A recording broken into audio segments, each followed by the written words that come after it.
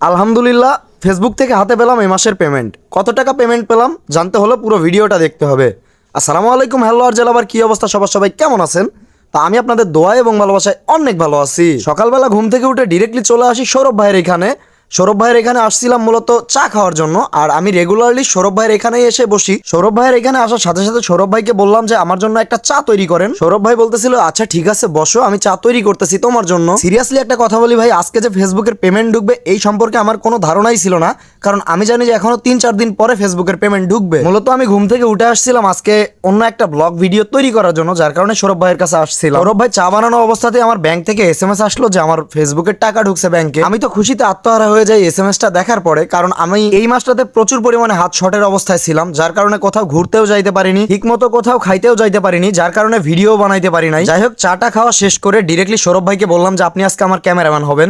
এই বলে সৌরভ ভাইকে নিয়ে ডিরেক্টলি চলে আসি ব্যাংকে টাকা উঠাইতে। আর আপনারা সকলেই জানেন এই ব্যাংকের অপোজিটেই আমার RJ স্ট্রিট ফুড কোর্ট প্রতিদিন বিকালবেলা বসে, ঠিক 3:50 থেকে রাত্রি 9টা-10টা পর্যন্ত। অনেকেই দেখা করতে আসতে চান, তাদের জন্য বলতেছি আপনারা ঠিক 3:50 থেকে রাত্রি 9টা-10টা পর্যন্ত আমার দোকানে আমাকে পেয়ে যাবেন। আর একটা কথা ভাই, আপনারা ভিডিও দেখেন ঠিকই, কিন্তু আমার পেজটাকে ফলো করেন না।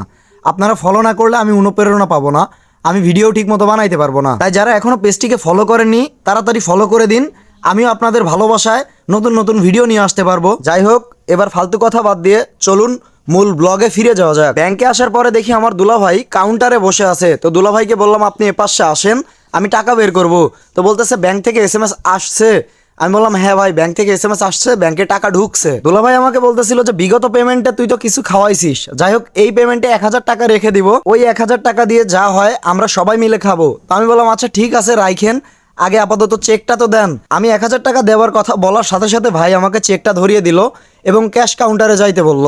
আমি ক্যাশ কাউন্টারে আসলাম, আসার সাথে সাথে ভাইয়াকে চেকটা ধরিয়ে দিলাম। ভাইয়া সকল কিছু দেখে তারপরে ক্যাশ গুনতেছিল, অ্যান্ড ক্যাশ গুনার পরে কিছুক্ষণের ভিতরেই আমার হাতে টাকাটা দিয়ে দেয়। এইবার দুলাভাই 1 টাকাও রাখে নাই, আমাকে সম্পূর্ণ টাকা দিয়ে দিছে, যার কারণে ভাই আমি টাকাটা হাতে পাওয়ার সাথে সাথে ওইখান থেকে দৌড় দিছি, মানে ব্যাংকে আর 1 সেকেন্ডও দেরি করি নাই, কারণ এখন তো বিপদ সংকেত, দেরি করলেই দুলাভাইকে টাকা দিয়ে যাইতে হবে। দুলাভাই পিছন থেকে ডাকতেছিল, আমি কোনো কথা না শুনে জাস্ট আপনাদেরকে একবার ঘুরে ব্যাংকের মধ্যে টাকাগুলো দেখানোর জন্য টাকাগুলো মেলছিলাম।